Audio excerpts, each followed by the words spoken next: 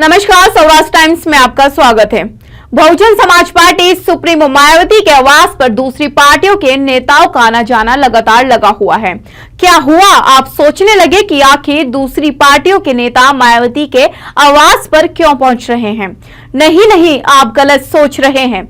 ऐसा कुछ भी नहीं है कि वे चुनावी गठबंधन की बात करने पहुंच रहे हैं, लेकिन इस तरह की मुलाकात को राजनीतिक रंग देने की चर्चा ना हो, ऐसा भी नहीं है।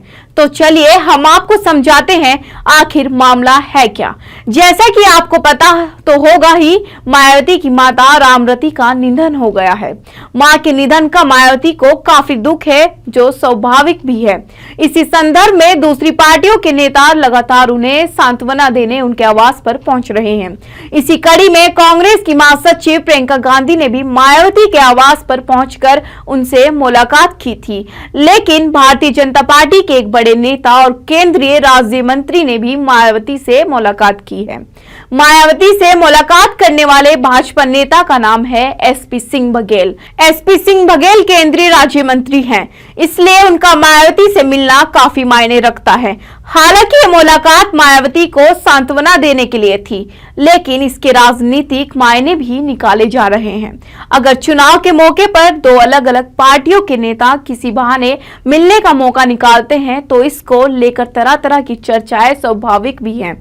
लेकिन आपको ये भी स्पष्ट कर दूं कि इस तरह की मुलाकात का बसपा पर कोई असर पड़ता नहीं दिखाई दे रहा है, और पार्टी सुप्रीमो मायावती का साफ मानना है कि इस मुलाकात का कोई राजनीतिक मतलब नहीं है। दरअसल चर्चा इस बात को लेकर होने लगी है कि मायावती के मां के निधन पर उन्हें सांत्वना देने के लिए दूसरी पार्टियों के नेता जिस तरह से पहुंच रहे हैं, उसका संबंध कहीं ना कहीं उत्तर प्रदेश के विधानसभा चुनाव से है।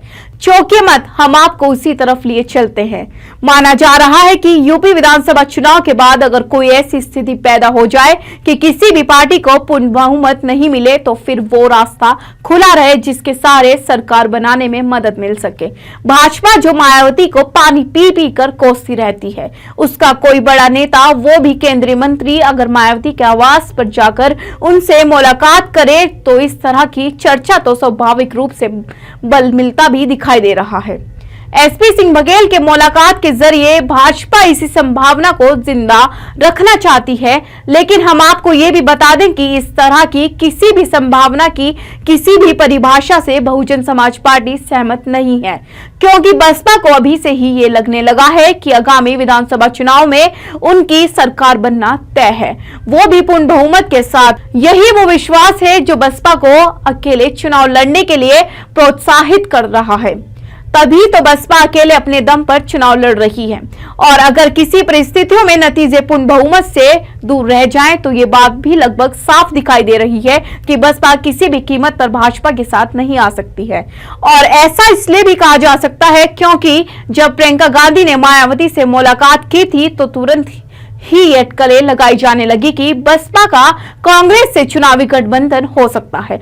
इसलिए एसपी सिंह बघेल के मुलाकात करने के पीछे भले ही भारतीय जनता पार्टी की कोई और राजनीतिक मंशा हो सकती है, लेकिन बहुजन समाज पार्टी की कोई राजनीतिक मंशा नहीं है, ये तो बिल्कुल तय है। इसलिए इस तरह की मुलाकात को बसपा कोई राजनीतिक मुद्दा बिल्कुल भी नहीं मानती है। वजह साफ है, बसपा को अपनी पूर्ण जीत का पूरा भरोसा है। इसको लेकर आप क्या सोचते हैं, आप भी कमेंट बॉक्स में जाकर अपनी राय जरूर दें।